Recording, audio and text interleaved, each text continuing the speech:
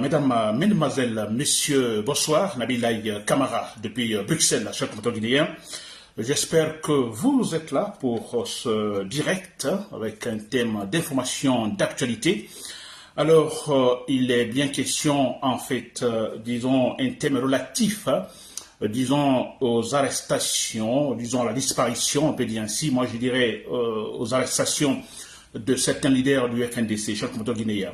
Alors, mon thème est le suivant. Alors, un communiqué des amateurs, celui du parquet général de Conakry, oui, communiqué relatif, disons, aux arrestations des membres des leaders du FNDC. Je dirais un communiqué plein de contradictions, en fait, paradoxes, d'incohérences, chers compatriotes guinéens. Voilà, donc c'est mon thème d'information, axé sur ce communiqué du FNDC, n'est-ce pas, chers compatriotes guinéens? Très bien, pour commencer, chers compatriotes guinéens, j'espère que vous m'entendez, vous pouvez donc me le signaler, si vous m'entendez, chers compatriotes guinéens, avant que je ne continue. Très bien, chers compatriotes guinéens. Alors, vous me le signalez, s'il vous plaît, si vous m'entendez. Voilà, très bien. Alors, j'ai la confirmation. Voilà, chers compatriotes guinéens, vous voyez ce thème axé sur...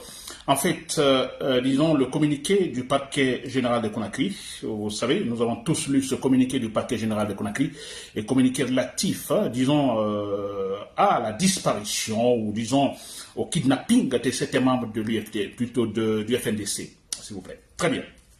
Alors, pour commencer, vous le savez tous, chers compatriotes guinéens, alors, Foneke Mangué, Omar Silla, Foneke Mangué, disons qu'il est le coordinateur national du FNDC, mais aussi Mamadou Billo Ba, il est chargé, disons, de la mobilisation de ce même mouvement, le FNDC.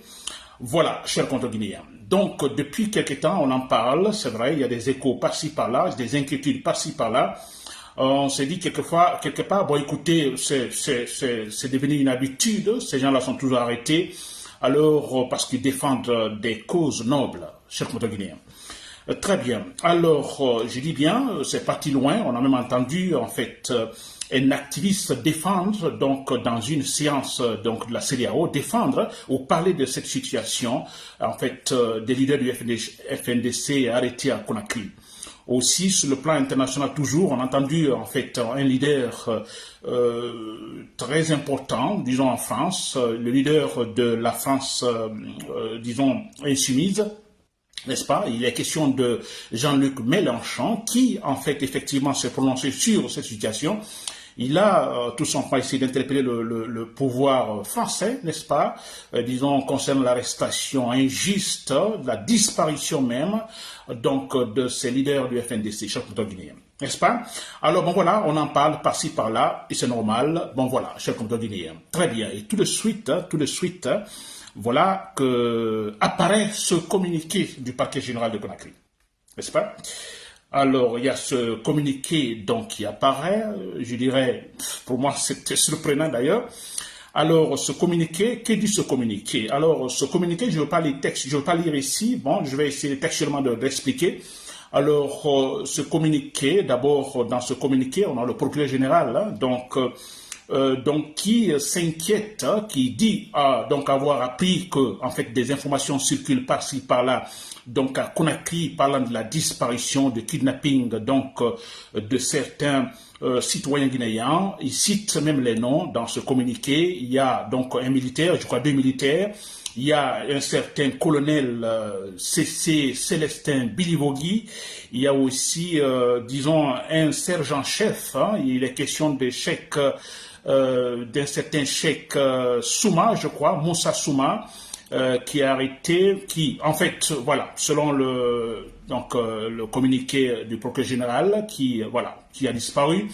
Alors, on parle aussi de Omar Silla Foneke Mangué du FNDC et aussi de Mamadou Billo Ba. Très bien. C'est le procureur qui cite ça dans le communiqué. Ensuite, dans ce même communiqué, alors le procureur dit, bon écoutez, cette situation crée une certaine psychose à Conakry. Et c'est vrai, ça, il va même jusqu'à dire, ça en fait salit l'image, disons, de la Guinée à l'intérieur comme à l'extérieur, que ce n'est pas bien. Bon voilà, que lui, en tant que procureur général, donc chargé de protéger les libertés individuelles et collectives, alors il est préoccupé. n'est-ce pas? C'est une préoccupation pour lui qu'il y ait de telles informations, psychose dans la ville, etc., etc. Bon, voilà. Vous avez compris, vous avez lu cette partie du communiqué. Alors, je crois dans le troisième paragraphe, il dit, c'est pourquoi, au regard également des objectifs recherchés par les manipulateurs de tous les côtés, n'est-ce pas? Il dit, j'informe l'opinion nationale et internationale, n'est-ce pas, qu'aucun organe d'enquête en Guinée n'a interpellé qui que ce soit, n'a interpellé ou arrêté qui que ce soit. Il va dire mieux, aucun établissement pénitentiaire, c'est-à-dire des prisons, donc ne peut également, aucun établissement pénitentiaire ne peut effectivement se signaler ou signaler en fait la présence de ces individus en fait au niveau de leur établissement, n'est-ce pas?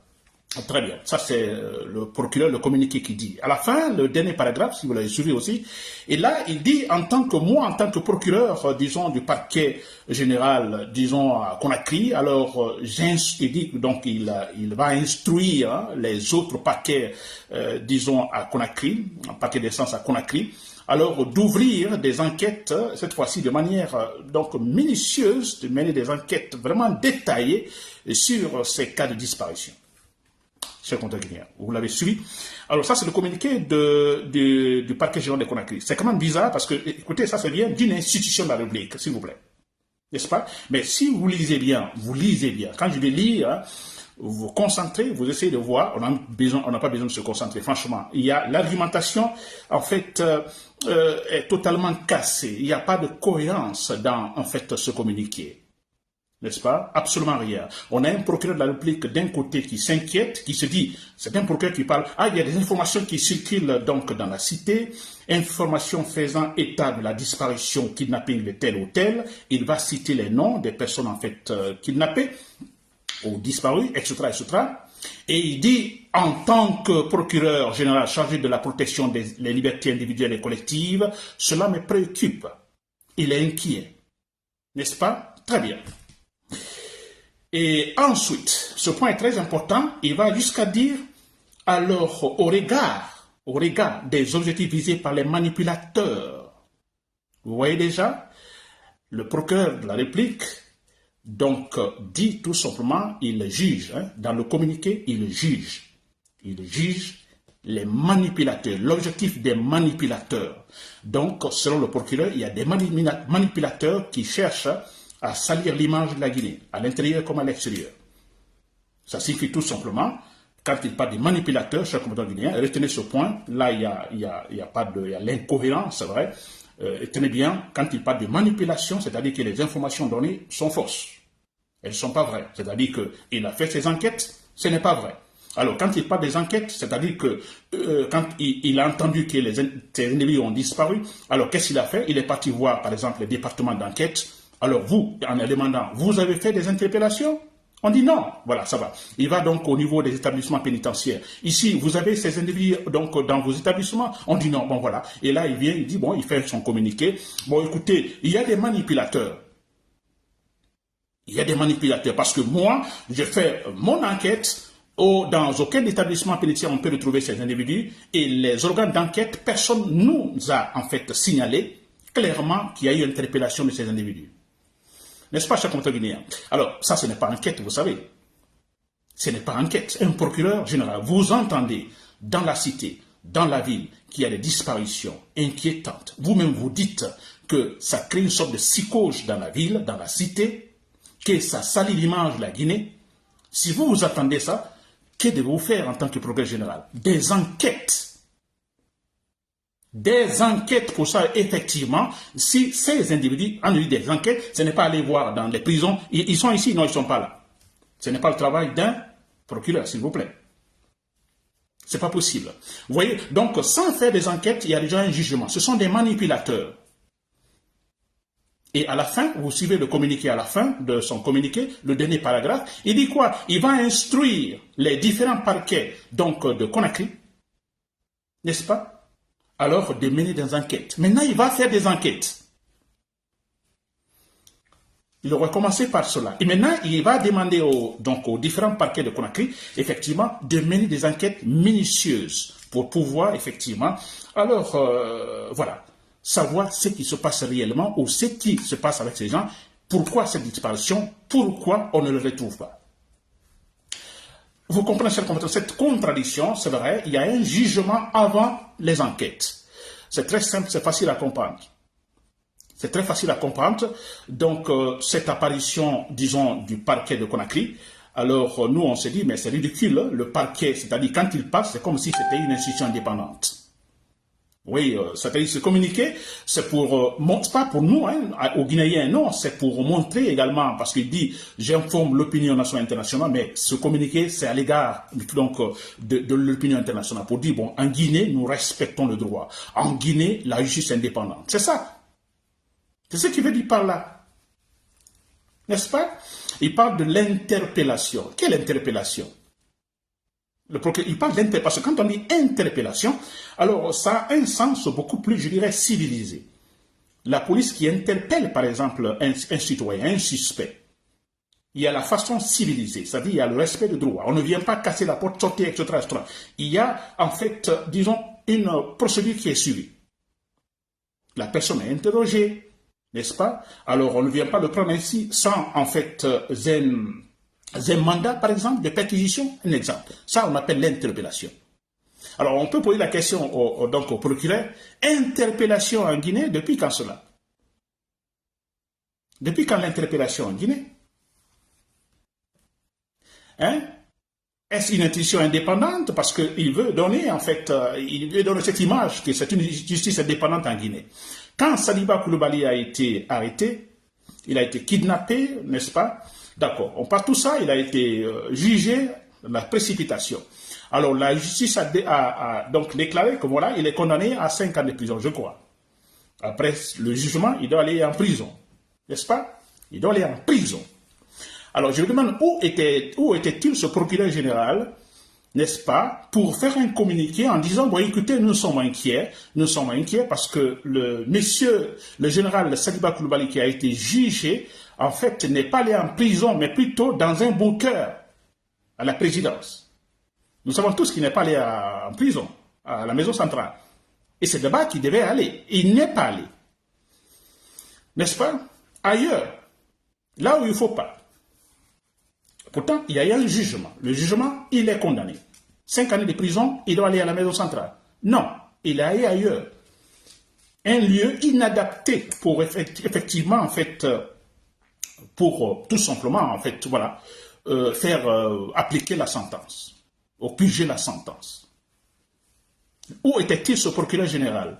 Pour lever la voix, parce qu'il nous montre ici qu'il est une justice indépendante, pour dire, bon, écoutez, nous sommes inquiets, un communiqué en haute voix, intelligible voix, en disant, bon, écoutez, non, ce n'est pas le cas, nous sommes inquiets, tel citoyen a été condamné, mais il n'est pas en prison, il est ailleurs, il n'est pas dans un établissement pénitentiaire.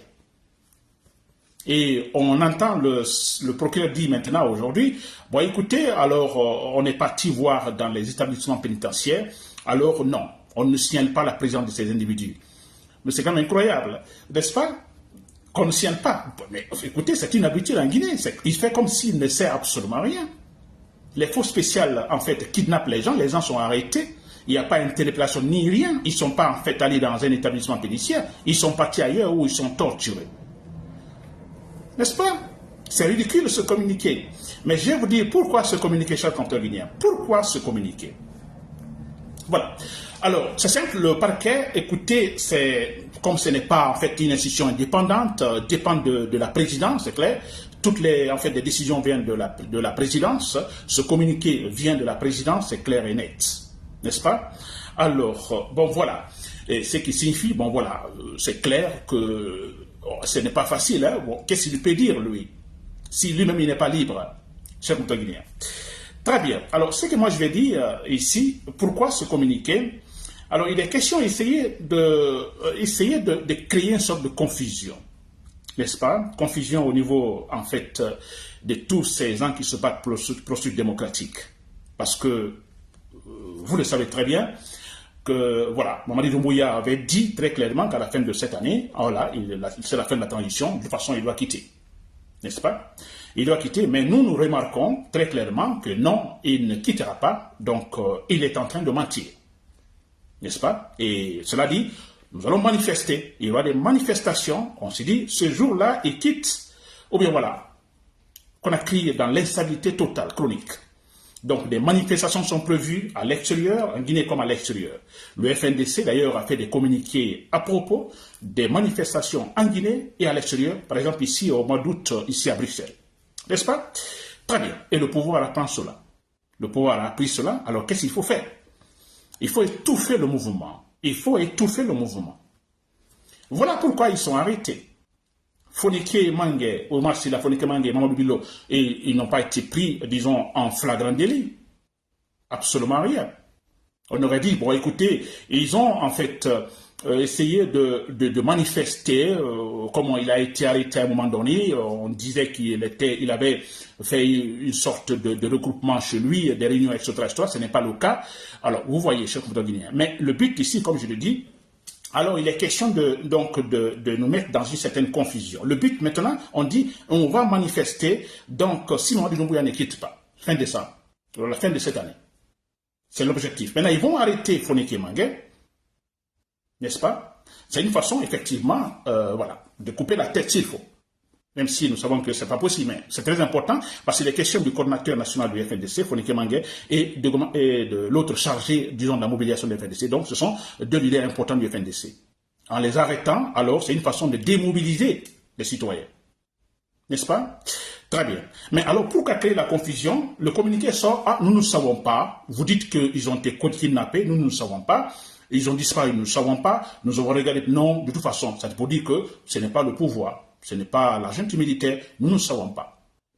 Vous voyez cela. Alors, parce que s'ils disaient, par exemple, bon, si c'était clair, par exemple, ils avaient été arrêtés ou ils sont arrêtés par, disons, la police, alors nous savons en ce moment qui les a arrêtés et où ils se trouvent aussi. Hein? Comme antérieurement, on aurait dit, donc, ils sont dans telle prison, ils sont dans tel établissement pénitentiaire, etc., etc. Donc là, c'est simple, la lutte s'oriente vers là et nous dénonçons le pouvoir, il faut les libérer, il faut les libérer. Parce que là, il y a en fait une précision. Nous savons où ils sont, qui les a arrêtés. Maintenant, ils créent une confusion, alors nous ne savons pas, en disant quoi, nous ne savons pas, qui les a arrêtés. Ça change les données, c'est-à-dire maintenant on va se battre pour savoir qui les a kidnappés. Où sont-ils? Au lieu de directement d'aller vers celui qui les a arrêtés, où ils sont en prison, faire en fait une sorte de tapage national et international pour les libérer. Mais non, on ne sait même pas. Donc on va se battre maintenant, on oriente le combat, n'est-ce pas, vers qui les a arrêtés, où sont-ils? Et vous voyez, ce qui se passe maintenant, certains pensent qu'ils ont été tués. C'est le but visé par ces gens. On dit, ah mais bon, si on ne sait pas qui les a arrêtés, alors c'est grave, sûrement ils ont été tués. Et c'est un communiqué du parquet général. Ils ont été tués, ça c'est vrai. N'est-ce pas? C'est ce qu'ils veulent. Même si, non, ils ne peuvent pas les tuer. Là, je vous assure, Mamadi Doumbouya n'a pas encore porté ce pantalon de tuer ces gens, ces activistes-là. Non. Mais le but, c'est cela, de créer cette sorte de psychose en nous, cette fois-ci. Vous voyez, ça a un peu désorienté, en fait, disons, l'opinion. Au lieu de dire, bon, écoutez, Mamadi Doumbouya, tu les as arrêtés, il faut les libérer. Non. On n'a plus ce temps, ce n'est plus là, mais écoutez, mais qui les a arrêtés? Oh, maintenant on est inquiet. Si ce n'est pas Mamadi Doumbouya, si c'est pas, il y a un procureur qui parle, alors finalement c'est grave. Mais c'est ce que les gens disent maintenant, ils ont été tués, on a peur, voilà, ce qui est arrivé à Tsadiba et ainsi de suite. C'est le but visé par le pouvoir. Et ça aussi c'est pourquoi, c'est finalement toujours casser le mouvement vers la fin de cette année. Le but visé, c'est cela. Donc nous, on va maintenant, d'ici décembre, on va se battre maintenant, savoir, mais où est Fonike Mangé? Mais qui les a kidnappés? Oui, nous sommes désorientés. C'est le but visé par Mamadi Doumbouya. Il n'y a pas autre chose, c'est clair et net. C'est pas intelligent, c'est vrai, c'est pas intelligent parce que le procureur lui-même dit, le fait seulement de dire qu'il y a une disparition de ces individus, ça crée une sorte de psychose, d'ailleurs l'instabilité déjà dans le pays. Vous voyez, alors l'instabilité sera connue finalement si jamais ces gens-là ne sont pas relâchés. Mais c'est le but, cher compatriotes guinéens. Mais voyez, tout simplement, voyez maintenant, tout le monde est inquiet. Oh, c'est pas possible. Oh, on a peur. Oh, ils les ont tués. Mais c'est pas vrai. C'est pas vrai. C'est pour casser le mouvement qui se prépare pour pouvoir en fait empêcher Mamadi Doumbouya d'aller au-delà du délai prévu, c'est-à-dire la fin de cette année. C'est tout, chers compatriotes guinéens. J'espère que vous m'avez compris. Donc c'est cela, Nabilaye Kamara depuis Bruxelles, ce qu'il faut faire, chers compatriotes guinéens. Pas d'inquiétude, je vous assure, moi je vous le dis très clairement, à 100%, je suis la logique de raisonnement. N'est-ce pas? Je suis la logique de raisonnement, je n'ai pas des informations, non, je suis la logique de raisonnement, n'est-ce pas? Faites ces analyses-là. C'est pas possible, c'est impossible qu'ils puissent tuer Foneke Mangué et Mamadou Bilo. C'est pas possible, c'est impossible. Parce que ce sera une sorte de suicide pour Mamadi Doumbouya. Mais il va les retenir, il les retient juste avec l'espoir de casser le mouvement, ce qui sera importantissime à la fin de cette année pour en fait l'empêcher d'aller au-delà du délai de son engagement pour finalement concernant la transition. Voilà, chers compatriotes guinéens. Donc c'était Nabilaye Moussa Kamara depuis Bruxelles. Merci pour l'écoute et voilà, bonne soirée.